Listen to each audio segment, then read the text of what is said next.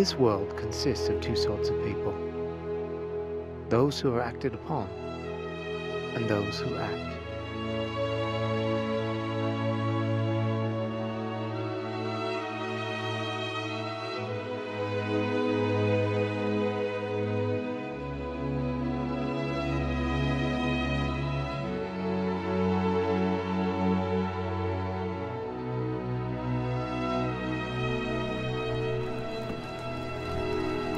My father, a stonemason named John Romoyle, was always one to act. He and my mother, Philippa, were converted due to an article published by an enemy of the church, which so much aroused his curiosity that he determined to learn more. But rest assured, those accusations are false. I bear testimony to... They agreed to baptism on the very night they were taught the gospel. On April 11th, 1856, the family left Plymouth, England, and heeded the call, "Come to Zion." After arriving in Boston, they rode by rail to Iowa City, where Father hoped to purchase a wagon to cross the plains to Salt Lake. When he learned there were none to be had, a different mode of travel was presented.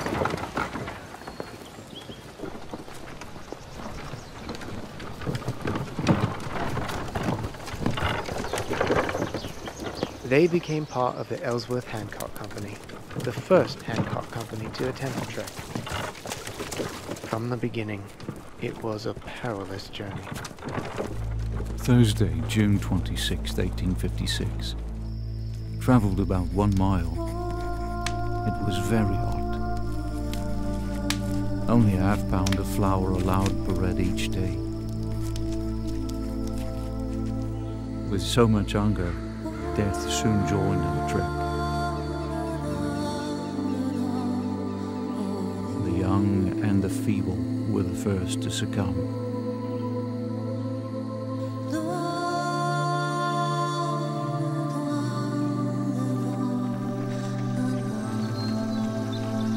July 26, 1856.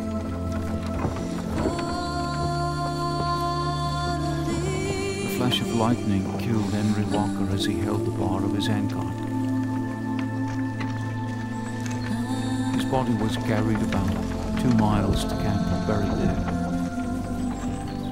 As I saw him lying dead, I thought of his words at prayer meeting 2 or 3 days previous. He had said, "I would rather die with my hands a hold to my cart, with my face toward Zion, than to falter and turn out by the wayside."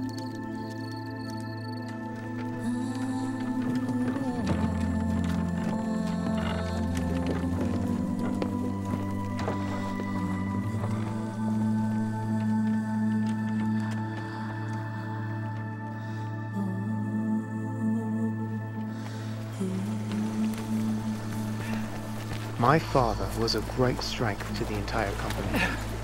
Stephen, help the others!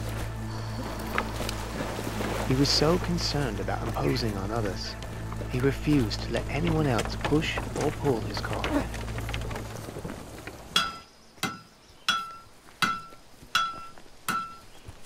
On September 26, 1856, they finally entered the Salt Lake Valley.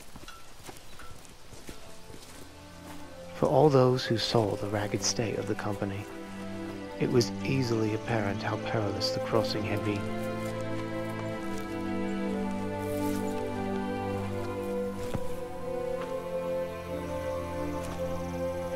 In all, 16 persons in the company had died. One of Brigham Young's counselors, Jedediah M. Grant, wept as he looked at Father's hands, still clutching the bar of his cart and looking for all the world like the claws of a bird. The Perpetual Immigration Fund allowed me, James Moore, to come to the Salt Lake Valley earlier. Father had taught me the masonry trade, and I had been working and saving to bring my family to America.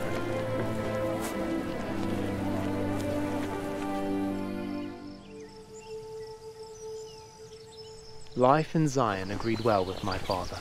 who quickly recovered and set about trying to find a place to settle.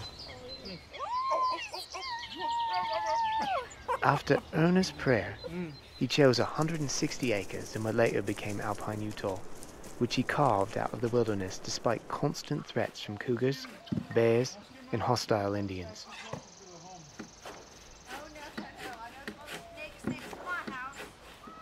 A great change was about to take place in Father's life, as President Young called him to be a stonemason on the Salt Lake Temple. John, the temple site is over 22 miles away. We need the horse for the farm work.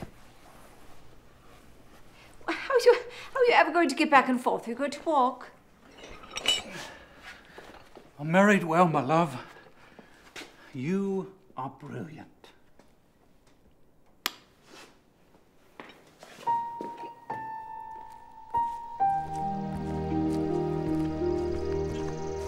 He knew the Lord provides a way to accomplish the things he asks, and my father never was one to make excuses.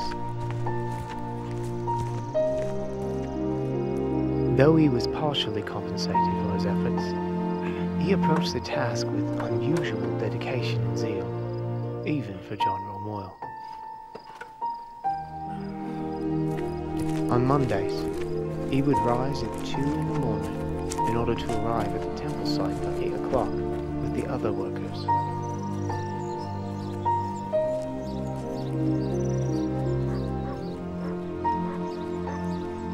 I was newly married and living in Salt Lake. Father would stay with us during the week, then begin his journey on when he had completed his work on Friday evening.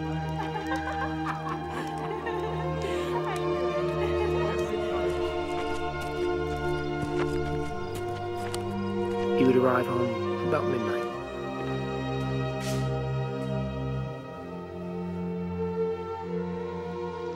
Saturday was his only day to farm and do all the chores needed to be done on 160 acres. This was his life.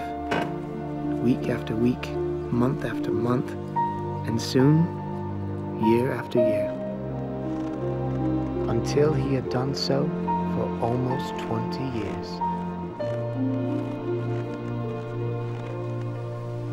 Then one day, my father did something that would forever change his life.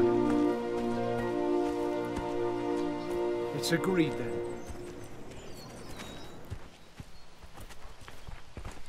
Her name was Old Lindy, and she came from a herd on Antelope Island. She was the first cow the family ever owned, a cow that turned out to be more than anyone had bargained for. Father had been working on the temple's beautiful circular staircases when he came home early one evening to help the family with chores.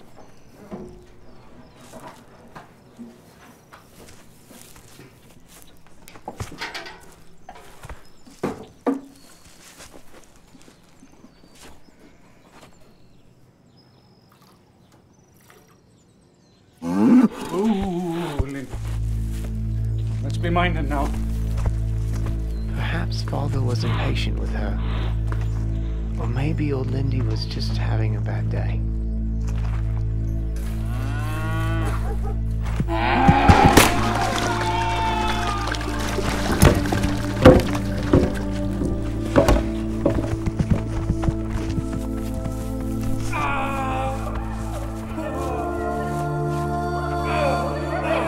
Lindy's kick caused a terrible compound fracture, with bone breaking through the skin.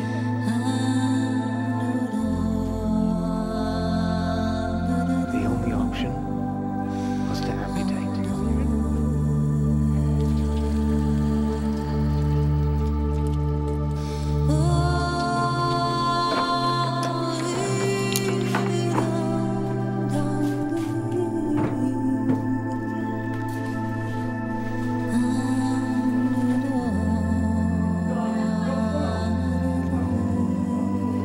His leg was cut off just below the knee with a bucksaw. But as terrible as the amputation was, the worst fear was infection.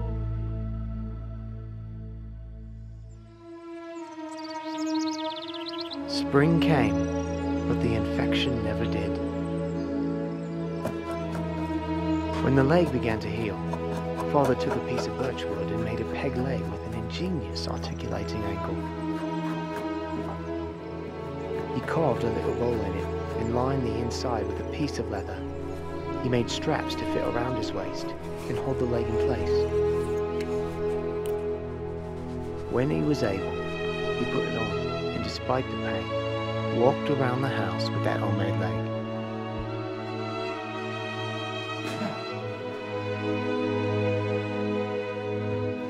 Eventually, he made it around the yard, and then the entire farm.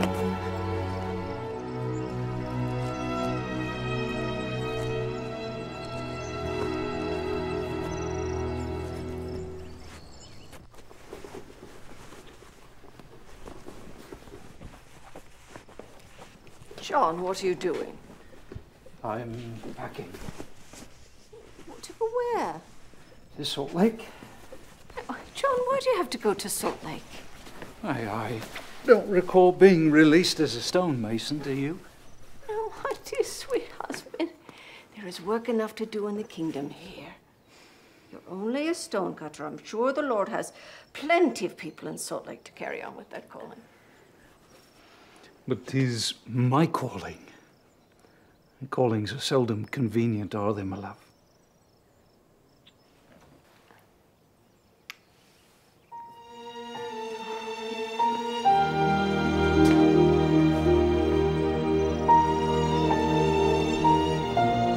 For many, the loss of a limb would signify the loss of their life.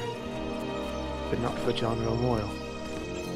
As long as he could breathe, he would continue to chisel away at the obstacles set before him.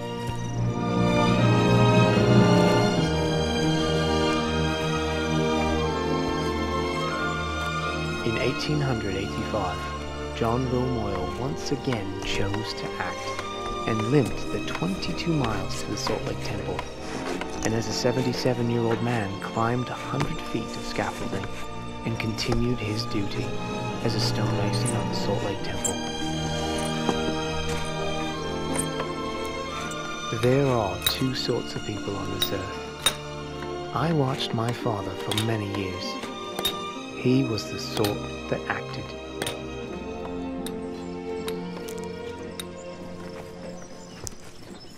Father!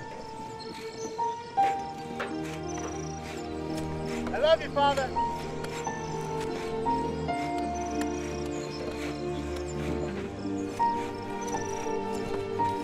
John Romoyle never saw the completion of the temple. He died in 1889, 4 years before its dedication. But his handiwork, carved high on the east wall and penned by a prophet centuries earlier, continues to be seen by millions. John Romoyle wasn't just carving words. He was setting in stone what it was that motivated him to act.